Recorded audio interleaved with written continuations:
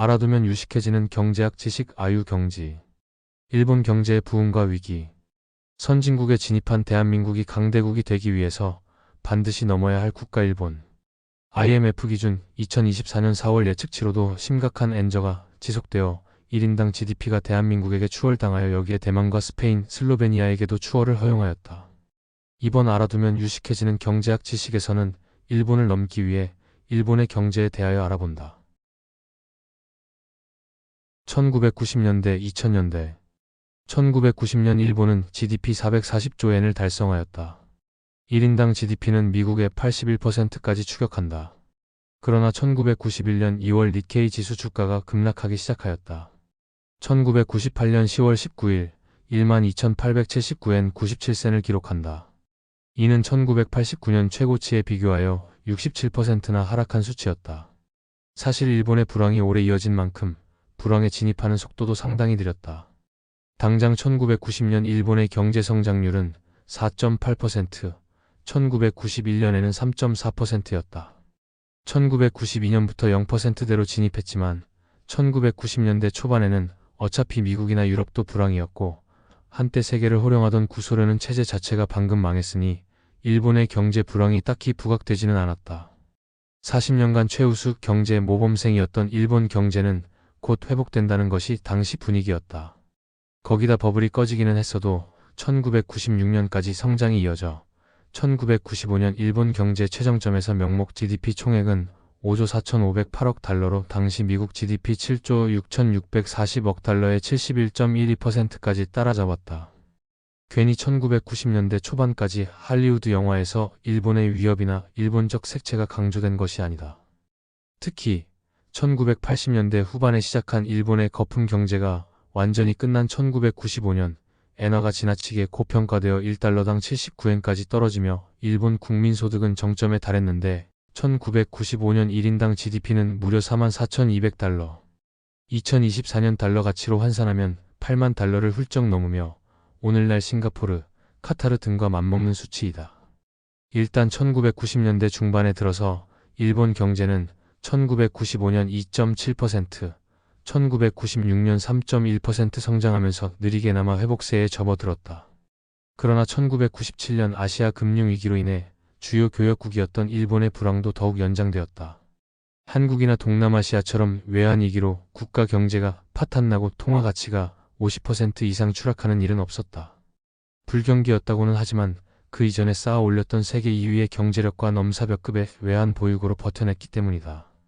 만약 일본 경제가 체급이 크지 않았거나 외환 보유고가 부족했다면 일본도 한국처럼 외환위기를 겪었을지도 모른다. 1990년대 초중반만 해도 최고 실적을 누렸던 제조업이 버티고 있었고 고령화도 본격적으로 드러나지 않았기 때문이다. 1997년 일본의 암울했던 경제 상황을 보여준 것인지 당시 일본 한자능력 검정협회가 선정한 올해의 한자가 넘어질 도였다. 1990년대 말 일본 경제는 주가 하락, 실업률 폭등에 시달리며 아시아 금융위기 주범이라는 지탄을 받았고 미국 빌 클린턴 정부로부터 강한 경제 개방 압력을 받기도 했다.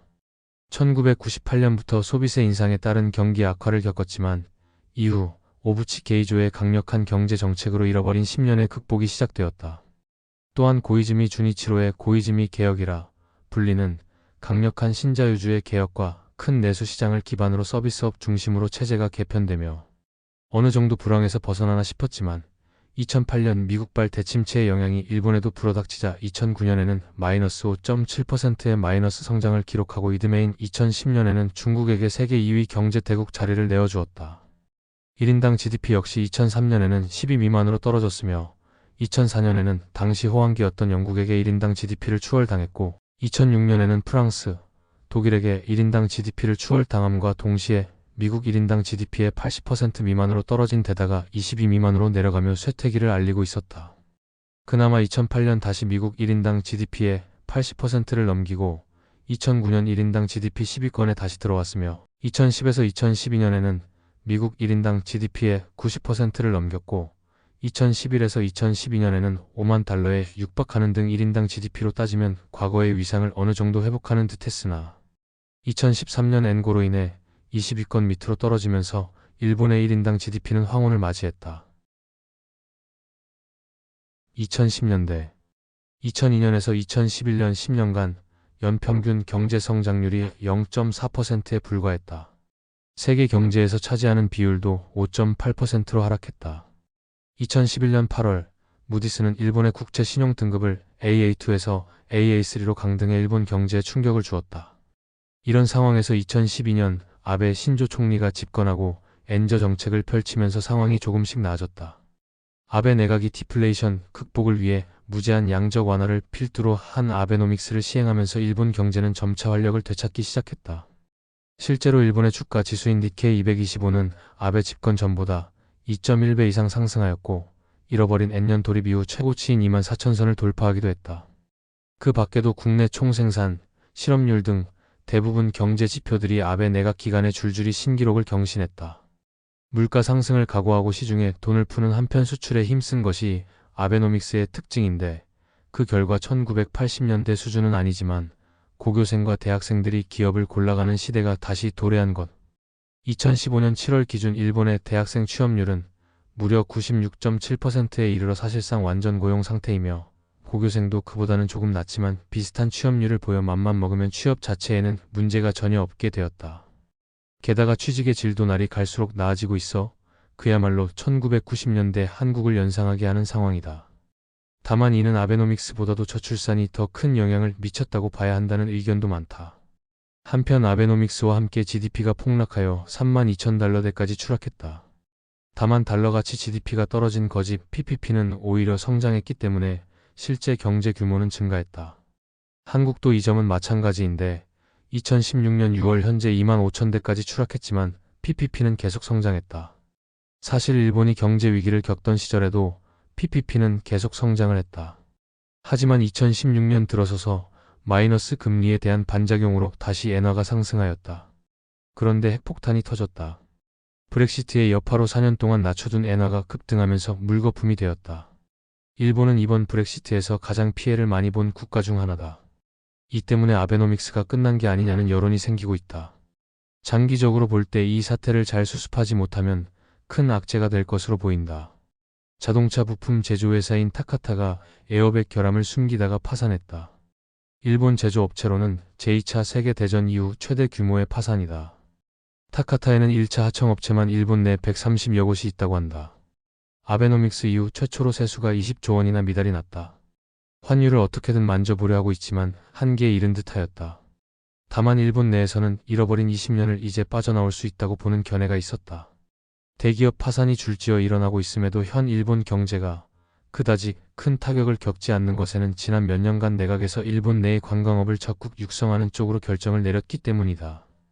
한국에서는 아베노믹스의 내용에 대해 양적 완화를 부각시키고 이민 진흥책에 대해서는 언급하지 않는 경우가 많은데 일본 내에서는 이민을 완화하는 김에 외국인을 대상으로 한 관광업도 함께 육성했고 그 결과로 지금과 같이 일본 전자업계의 추락에서 오는 경제적 충격을 완화할 수 있었다. 물론 여전히 이것이 장기적으로 옳은 결정인지에 대해선 이견이 있다. 길게 봤을 때는 제조업에 비해 관광업이 훨씬 불안정한 수입원이기 때문이다.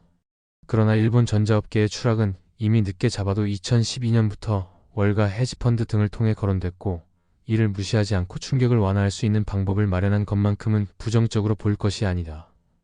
2018년 5월 4일 일본 내각부는 일본 정부와 공공기관이 발행한 국공채의 잔액이 2017년 연말 기준으로 1,042조엔에 달한다고 밝혔다. 일본의 국공채 발행 잔액은 2002년 601조 엔이었지만 2017년까지 15년 동안 73.37%나 늘어났다. 동일본 대지진 극복 등을 이유로 아베노믹스를 바탕으로 대규모 양적 완화가 계속 시행된 결과 일본의 국가부채가 사상 첫 일경을 돌파함에 따라 국공채 발행액이 이 같은 속도로 계속 늘어나면 10년 후에 국가부도가 야기된다는 우려가 나왔다. 참고로 일본의 GDP 대비 부채 비율은 2002년에 처음으로 100%를 돌파했고 이후로도 가파르게 상승하여 불과 9년 만인 2011년에는 200%를 돌파하고야 말았다. 2018년 10월 니케이 지수가 27년 만에 최고치를 경신하면서 일본 경제 전반에 대한 긍정적인 기대도 보인다. 그런 한편 일본의 철강 3위 업체인 고베 제강의 무려 반세기에 걸친 품질 조작, 닛산 자동차의 품질 데이터 조작, 스바루 자동차의 30년 이상 품질 데이터 조작 등이 발각되면서 메이드 인 재팬 제조업 신화의 붕괴 우려가 전 세계 언론들의 입에서 나오고 있다. 고베 제강 사태 일파만파, 메이드 인 재팬 위기로 번졌다. 파벌 실적주의 골병 든 일본 기업, 회계 스캔들은 예고된 추락이었다.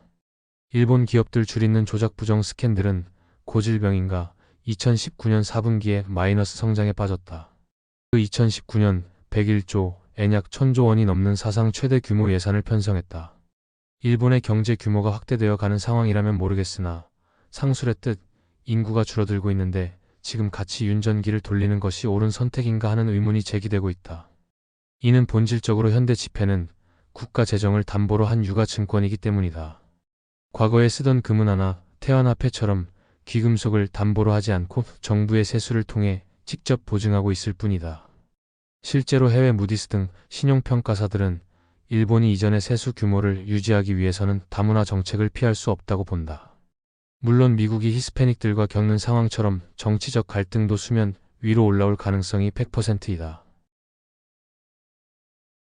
2020년대 세계적인 코로나19 유행에 따라 일본도 코로나19에 휩쓸렸다. 특히 대면 접촉을 기피하면서 그에 관련된 업종들이 타격을 받아 한국과 마찬가지로 일본도 경제 취약계층이 가장 크게 피해를 입었다. 유흥업에 종사하는 여성들, 비정규직이나 가정교사를 하던 프리터 등이 수요가 급락하면서 타격을 받았다. 아베 내각은 2020 도쿄 올림픽을 통해 올림픽 특수를 노림과 동시에 일본이 기나긴 불황에서 벗어났음을 세계에 과시하려 했으나 코로나19 팬데믹으로 올림픽이 1년 연기되면서 예산이 더 들어간 데다 무관중으로 개최되며 계획들이 수포로 돌아갔다. 미국 중국 무역 전쟁으로 반도체 수급이 불안정해지자 일본 측이 반도체 산업을 자국으로 유치하는 방안이 담긴 성장 전략 원안을 마련했다. 2020년에는 실질 GDP가 4.6% 감소했다. 2022년에 러시아의 우크라이나 침공과 2022년 식량 에너지 위기로 인해 버블 경제 이후 최고의 물가 상승률을 기록하였다. 엔저가 지속되면서 불과 6개월 만에 GDP가 6천억 달러 증발했다. 그에 따라 GDP 순위가 독일에게 밀리며 4위로 떨어졌다. 또한 1인당 GDP도 약 39,200달러에서 34,000달러로 급격히 떨어져 한국과 대만에게 추월을 당했다. 2023년 1월 경상수지에서 1조 9,766억엔 적자가 났다. 경상수지가 적자로 돌아선 것은 2022년 10월 이후 3개월 만이다. 주요 원인은 1월 상품 수지가 3조 1,818억 엔약 30조 원 적자였기 때문이라고 니온게이자의 신문이 짚었다.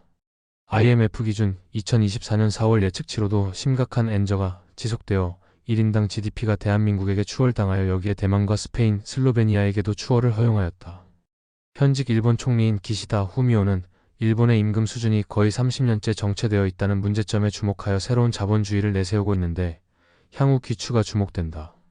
그나마 기업 밸류업이 소기의 성과를 보여 니케이 지수가 역대 최고치를 돌파하고 기업 실적 호조와 30여 년 만에 5% 임금 인상을 이루어냈다. 그럼에도 엔저 고착화로 장기간 GDP 정체는 지속되고 있다. 2024년 8월 15일 일본 내각부 통계에 따르면 일본의 경제 역사상 최초로 국내 총생산 GDP 600조 엔을 돌파했다고 발표했다. IMF 기준 2024년 10월 통계를 보면 한국과의 차이가 더욱 벌어져 1인당 GDP가 10%의 격차를 보였다. 여기에 여전히 대만보다도 낮은 예측치를 보였다. 또한 예측치 수정을 통해 대만은 한국의 1인당 GDP를 추월한 적이 없는 것으로 수정되었고 일본은 올해 추월된 것으로 바뀌었다. 이상으로 일본의 경제사이었습니다. 다음은 일본의 산업 구조에 대하여 알아봅니다.